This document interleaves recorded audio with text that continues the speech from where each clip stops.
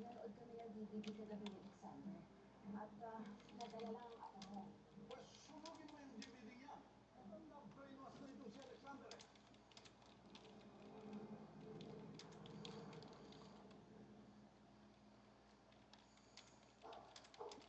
Hindi ka na dapat makipagdebate sa lolo mo. Mali naman na talaga siya. Kahit mali siya, hindi mo na siya dapat kontrahin. Ganun talaga naman mo. Kung anong sabihin mo, hindi patas. Malaking gulo kapag kinontra mo siya at kapag hindi mo siya sino. At kapag may matigas ka, pag nahuli ka niya, ipapakulong ka niya. Kahit po ka na.